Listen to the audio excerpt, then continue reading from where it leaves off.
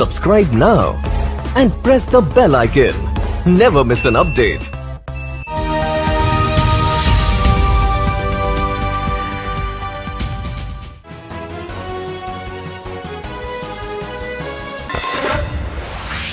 आपको बता दूं, सरदना ब्लॉक के झिटकरी गांव में, और सबसे चीज़ आपको ये बड़ी चीज़ यही बताता चलूं कि सरदना यहाँ पर एक फेमस चर्च है। कहा जाता है कि इटली के बाद सरदना के अंदर ही पहले नंबर पर चर्च आता है। चुनावी माहौल है, तो इस वक्त मैं झिटकरी में हूँ। आपको बता दूं कि प्रधान पद के भावी उम्मीदवार मेरे साथ बिट्टी सुरुई हैं। इनके फादर भी पहले यहाँ से 5 साल प्रधान रहे हैं, यानी लंबी पारी एक पिताजी ने खेली है। इस बार बेटे चुनावी मैदान में है। क्या क्या उनके मुद्दे हैं, क्या क्या एजेंडे हैं, क्या क्या चीज़ें वो करवा पाएंगे, और क्या चीज़ें रह गई थी गाँव के अंदर जिन पर अब ज़्यादा फोकस रहेगा और जिन पर उन्हें काम करना है। मेरे गाँव में मेरे पिताजी ने अभूतपूर्व विकास कार्य करवाए हैं। जो मेरे पिताजी ने विकास कार्य करवाए हैं, मैं उनके दम पर ही चुनाव मैदान में जाऊंगा। नाली खड़ंजे आपने घूम के देखा होगा गांव में कि हमारे गांव में लगभग पूरे हैं। मेरे पिताजी सन 88 से 95 तक प्रधान रहे, फिर 2010 से 2015 तक प्रधान रहे। 2010 से 15 के कार्यकाल में पूरे गाँव में लाल ईंट मेरे पिताजी ने नहीं छोड़ी। अभूतपूर्व विकास कार्य करवाए। माननीय विधायक जी से भी काम करवाया, संगीत सोम जी से, माननीय सांसद संजीव बालियान जी से भी काम करवाया गाँव में। और अपने प्रधान पद पर रहते हुए गांव में बैठ बैठ के जहां भी विकास कार्य हुए वहां बैठ बैठ कर गुणवत्तापूर्वक अच्छे क्वालिटी के कार्य करवाए। 2010 में सबसे पहले ब्राह्मणों की गली मेरे पिताजी ने लगवाई थी। आज भी आप जाके देख लो, नाली खड़ंजे में एक रोड़ी भी इधर से उधर नहीं हुई। मेरा जो सबसे पहले प्लान रहेगा वो गाँव के पास एक तालाब है, वो बहुत बड़ा मुद्दा है। एक हरिजन बस्ती में तालाब है, वहाँ भी गंदगी है, वहाँ मैं प्रयास करूँगा नाला बनवा के उसका वहाँ सौंदर्यकरण करवाने का। और जो ये मेन तालाब है, जब ये साफ हो जाएगा तो पीछे का पानी ऑलरेडी अपने आप आएगा और गांव से गंदगी पूर्ण रूप से साफ करने का काम करेंगे। बड़े बजट का काम है, माननीय विधायक जी से लेंगे पैसा, माननीय सांसद जी से हम पैसा लेंगे, हर हालत में करवाएंगे। विकास कार्य कोई अधूरा नहीं छोड़ने के। मेरा प्रयास रहेगा कि मेरठ जिले का नंबर 1 गाँव हो झिटकरी।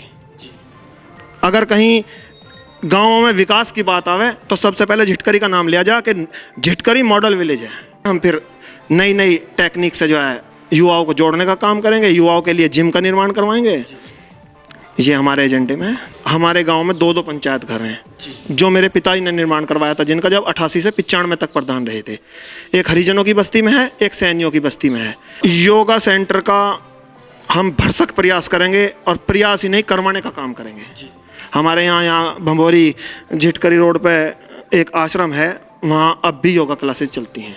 और हमारे पास अभी माननीय विधायक जी और सांसद जी के प्रयास से सड़ावा में विश्वविद्यालय बनने जा रहा है। आपने भी देखा होगा कि यूपी का पहला विश्वविद्यालय, यूपी का सबसे बड़ा और हमारे से 7-8 किलोमीटर की दूरी पर स्थित है। मेरे पिताजी का 35 साल का राजनीतिक अनुभव, जनप्रतिनिधियों से अच्छा तालमेल हमारा, जो हम सरकार से पैसा, बाहर से पैसा ला के, जो हम प्रधान के फंड से नहीं कर सकते, हम बाहर से पैसा ला के भी गाँव में लगाने की क्षमता रखते हैं और हमने लगवाया है। हमारे पास मिशन है, हमारे पास विजन है। हम बिल्कुल झिटकरी को नंबर 1 बना के दम लेंगे। इसमें मेरे पिताजी का बहुत बड़ा सहयोग रहेगा। माननीय विधायक जी ने भी हमारे यहाँ लगभग 20 लाख का काम करवा रखा है और माननीय सांसद जी ने भी 8-10 लाख रुपए का हमारे यहाँ काम करवा रखा है। बड़ी चीज़ जो मैं सबसे पहले मैं तालाबों के सौंदर्यीकरण पर काम करूँगा, क्योंकि ये हमारे मेन रास्ते पर भी आ रहा है। और जो हमारी हरिजन बस्ती है उसमें एक तालाब है, वहाँ काफ़ी गंदगी रहती है, उसका पानी भी इस मेन तालाब में डलता है। तो वहाँ से नाला बनवा के फर्स्ट क्लास पानी की व्यवस्था करवा के, और इस पानी को भी हम बाहर भेजने के लिए व्यवस्था करेंगे, क्योंकि जब ये तालाब बढ़ जाता है, ओवरफ्लो हो जाता है, तो यहाँ मच्छर मक्खी और गंदगी की समस्या आती है। मेरे पिताजी ने काम तो किए ही हैं, साथ के साथ रात के 12 बजे भी आकर अगर किसी ने हमारे गेट की कुंडी खुड़खुड़ाई है तो हम दुख सुख में रात के 12 बजे भी खड़े रहे हैं। और एक विशेष काम जो 3-4 वर्ष के मैंने सेवा भाव में अपने में किया है, थाना पुलिस को या किसी को भी पकड़वाने का काम नहीं करा, छुटवाने का काम किया है। किसी से कोई पैसा नहीं दिलवाया, फ्री में छुटवाने का काम किया है। 3-4 वर्ष से मैं सक्रिय हूँ बिल्कुल गांव में, और मैंने किसी के साथ भी गलत काम नहीं होने दिया, गलत काम का कभी साथ नहीं दिया। जो बात सही थी वो सही कही है। मेरा विचार यह है, देखो जी, काम बोलता है। जो काम करेगा, मेरे पिताजी ने विकास के काम किए हैं, मैंने भी 3-4 साल में पूरा जितना मेरे से जनता की सेवा मेरे से करी गई है, अधिक से अधिक, ना मैंने दिन देखा है ना रात देखा है। किसी को फंसवाने का काम नहीं किया मैंने अपने 3-4 वर्ष के सेवा में। मेरा समस्त ग्रामवासियों से, सम्मानित बुजुर्गों से, नौजवान साथियों से, मातृशक्ति से सबसे एक अनुरोध है कि मेरा परिवार आप सबका देखा वाला परिवार है। आप सब ने देखा है कि अशोक प्रधान जी के परिवार ने गांव में विकास किया है, अमन शांति के लिए काम किया है, कोई झगड़ा कोई इस तरह के बिल्कुल कभी हम इस चीज़ के पक्षधर नहीं रहे हैं। तो आप सबसे मेरी अपील है कि मुझे भारी मतों से विजयी बना के अपना आशीर्वाद देकर एक बार मौका दें, अपने पिताजी की तरह विकास कार्य करके दिखाऊंगा। ये भी बेहद ज़रूरी हो जाता है प्रतिनिधि की राय लेने के बाद कि जनता किसे अपना पसंदीदा कैंडिडेट चुन रही है, किस पर वो जीत की मोहर लगा रही है और किसको जीत का ताज पहना रही है।